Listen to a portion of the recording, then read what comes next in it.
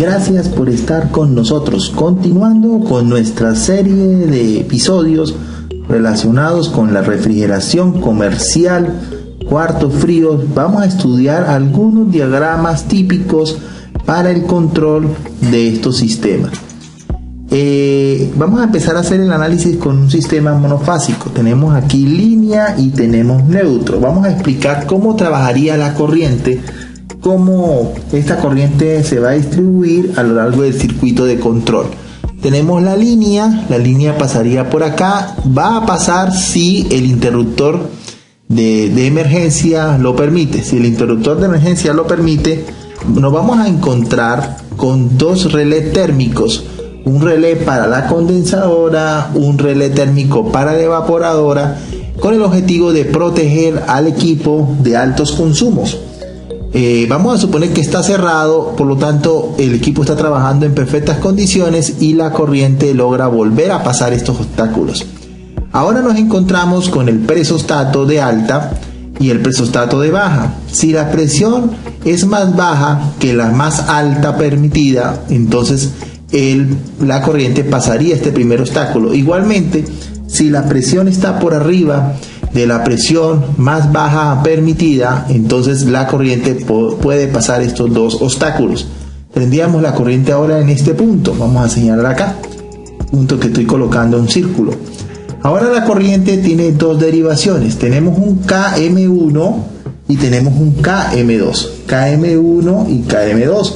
Aquí debemos explicar que KM1 es la bobina que controla el contactor de la unidad condensadora. Recordemos que cuando hablamos de unidad condensadora estamos haciendo referencia al ventilador y al compresor.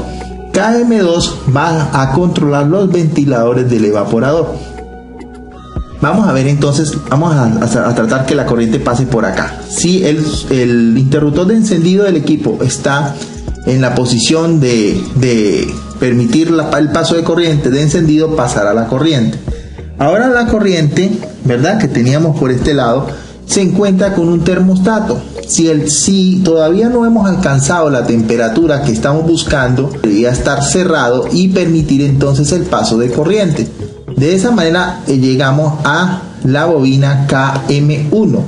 La bobina KM1 permite entonces que el contactor se energice y encienda el compresor. Simultáneamente, aquí teníamos una corriente que quería pasar por este punto, pero no podía pasar porque KM1 estaba abierto. Pero como KM1 cerró porque la corriente logró pasar termostatos y logró pasar el interruptor de encendido, KM1 cierra y entonces llega corriente simultáneamente a la bobina KM2, que se encarga de activar los ventiladores del evaporador.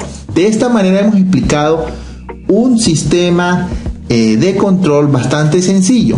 ¿Qué estamos viendo en pantalla? Estamos viendo un sistema lo logra deteniendo el equipo. No tenemos resistencias de calentamiento, no tenemos ningún tipo de control, sino la temperatura. Por eso estábamos haciendo énfasis que este termostato era que se iba a es la parte que se encarga de hacer detener al equipo. Ahora vamos a mostrar otro tipo de esquema que nos va a ayudar bastante a seguir entendiendo. Este tiene más componentes. Volvemos a tener la línea, volvemos a tener el neutro, sigue siendo monofásico, y la corriente tiene dos vías, una por este punto y una por este punto. Vamos a ver qué haría la de arriba. La de arriba vendría por acá, la de arriba viene por acá, la línea viene por acá, la corriente viene por acá, la corriente viene por acá, la corriente viene por acá y se encuentra con un controlador de deshielo. Este controlador de deshielo nos va a detener el equipo para realizar el desescarche. Entonces ese sistema siempre va a estar energizado sin importar los interruptores, es independiente, siempre va a tener corriente este sistema de deshielo que está acá. Perfecto. Ese reloj de deshielo va a estar siempre trabajando. Ahora empecemos por la corriente que va hacia el equipo. Si el interruptor lo permite, la corriente pasaría, entonces pasaría los relés térmicos y todo está trabajando perfectamente. Si las presiones están en lo correcto, también la corriente puede pasar los dos obstáculos de los presostatos, tanto de alta como baja.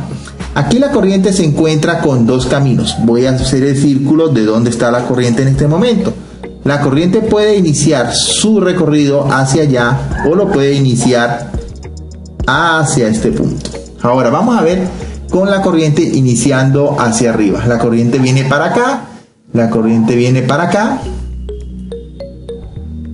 la corriente viene para acá y se encuentra con un interruptor. Este interruptor es controlado por este reloj de deshielo, por este controlador de deshielo. Por lo tanto, si está abierto, KM3 no va a tener corriente. ¿Correcto? Ahora, si el reloj como el reloj lo controla, si el reloj le permite, entonces cerraría. Entonces vamos a suponer por un momento que le permite, o sea que este interruptor estaría cerrado. Entonces este interruptor al cerrar activa a KM3. Pero ¿quién es KM3? KM3 va a ser la resistencia de deshielo. Es decir, ahora tenemos un sistema que no solamente apaga por temperatura, sino que también tiene la propiedad que puede apagar, realizar deshielo y eliminar la escarcha del circuito. O sea, podemos trabajar con temperaturas por debajo de los 0 grados centígrados y podemos optimizar el funcionamiento del equipo, de alguna manera adaptarlo a los requerimientos. Entonces KM3 cerraría. ¿Pero qué pasa? KM3 se activaría. ¿Pero qué pasa cuando P cierra? Cuando P cierra. P cerró y activó KM3. Ya eso lo vemos. Pero cuando P cierra, aquí tenemos otro interruptor, entonces este abre. ¿Y qué pasa cuando este cerró y este abre? Cuando este abre, se interrumpe entonces el flujo de corriente hacia KM1. Y si recordamos, KM1 es la bobina del contactor que controla la unidad condensadora. De esa manera hemos hecho lo siguiente: estamos activando el deshielo cuando el controlador lo indica y lo hemos realizado apagando KM1 y activando la resistencia de deshielo. Pero cuando KM1 abre, también abre este KM1, y cuando abre este KM1 también se apagan los ventiladores. De esa manera estamos activando el deshielo y apagando compresor y apagando ventiladores. Esta es la manera como estamos controlando ya un proceso de desescarche. O sea que en el primer sistema teníamos básicamente, era un controlador que cuando llegaba a una temperatura el sistema se detenía. Típico sistema para trabajar por temperaturas por encima de 0 grados. Porque no tenemos un sistema optimizado para hacer desescarche. Ya en el segundo sistema ya hemos colocado un reloj y con el reloj estamos haciendo el desescarche, apagando compresor, apagando evaporador y activando la resistencia de deshielo. Vamos ahora con un tercer sistema donde vamos a ver algunas otras variantes. Volvemos a tener la entrada de línea de la corriente. La corriente viene por acá y la corriente puede pasar por allá.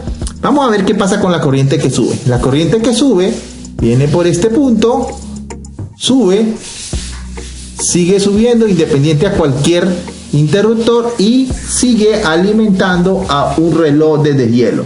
O sea que tenemos de nuevo el reloj de deshielo trabajando independiente de cualquier interruptor.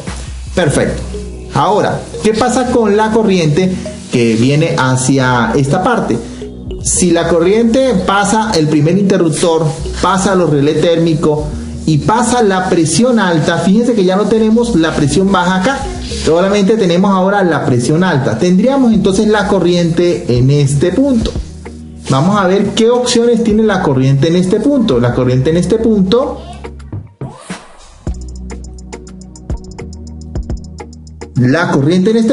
puede subir hasta acá y tiene esta opción. Puede ir para allá, ¿verdad? Puede ir para acá y para acá. Empecemos con la primera explicación. Aquí tenemos un interruptor P, pero recordemos que el interruptor P era controlado por el motor, por el reloj de deshielo. Entonces, cuando se va a iniciar el deshielo, ¿qué ocurre? Tenemos que este interruptor cierra y entonces la corriente llega a KM3. ¿Y qué era KM3? KM3 era la resistencia de deshielo. Entonces tenemos un evaporador subiendo la temperatura. Ahora, antes de llegar al KM3, que era la bobina del contactor que controlaba la resistencia de deshielo, tenemos acá un termostato, pero un termostato diferente, porque este termostato nos va a detener el equipo cuando la temperatura en el evaporador sea la que estamos buscando, es decir, nos va a parar el deshielo, cosa que no ocurría en el anterior sistema. En el anterior sistema se activaba la resistencia de deshielo y solamente por tiempo se detenía el equipo. Este sistema puede ser utilizado cuando las cargas térmicas prácticamente son las mismas, pero cuando las cargas térmicas varían, no necesariamente el tiempo para el deshielo va a ser el mismo. Entonces tenía el sistema anterior ese problema. Este problema se ha corregido en porque hemos colocado un termostato para poder medir la temperatura. Entonces pasa la corriente, llega a M3 y está energizado, si este switch lo ha permitido. Ahora, ¿qué pasa cuando se cierra P? Vamos a ver qué pasa cuando se cierra P. Entonces, cuando este interruptor abre, se interrumpe el paso de corriente a Y1. ¿Y quién es Y1? Y1 es una válvula solenoide ubicada antes de la válvula de expansión. Cuando se abre y se interrumpe el paso a esta válvula solenoide, entonces la válvula solenoide va a cerrar. Cuando la válvula solenoide cierra, se interrumpe el paso de refrigerante hacia la válvula de expansión, por consiguiente al evaporador y por consiguiente al compresor. Cuando el compresor queda sin refrigerante, empieza a quedar sin refrigerante, empieza a bajar la presión. Cuando la presión llegue al punto de activación, este presostato de baja va a abrir, y cuando el presostato de baja abra, entonces KM1, que recordando es la bobina que se encarga de controlar el contactor de la unidad condensadora, se va a desactivar. Pasemos entonces lo que ha ocurrido. Cuando este motor tiene alimentación y llega el tiempo necesario, se activa este switch, y al activarse este switch se le está dando corriente a esta resistencia. Esta resistencia se encarga de calentar el evaporador, pero simultáneamente cuando este switch se cierra, este se abre, y cuando este se abre se interrumpe el paso de corriente a la solenoide, y al interrumpirse el paso de corriente a la solenoide deja de pasar refrigerante. Al dejar de pasar refrigerante, la presión empieza a bajar, y al bajar la presión, el presostato controlador detiene el paso de corriente a la bobina del contactor, que se encarga de activar o desactivar la unidad condensadora. De esta manera ahora tenemos un sistema de control que podemos activarlo por tiempo, podemos desactivarlo por temperatura con este desactivador que tenemos acá. Además, antes de la activación del sistema de deshielo por resistencias eléctricas, vamos a tener un vacío del evaporador. Esto es muy bueno porque nos va a permitir que cuando el sistema vuelva a arrancar, arranque con una presión muy baja, lo cual es beneficioso, lo cual es muy bueno para el compresor. Entonces ya tenemos un sistema más organizado. En el próximo episodio vamos a seguir viendo todos los otros diagramas que podemos ver en los sistemas de control para cuartos fríos en refrigeración comercial.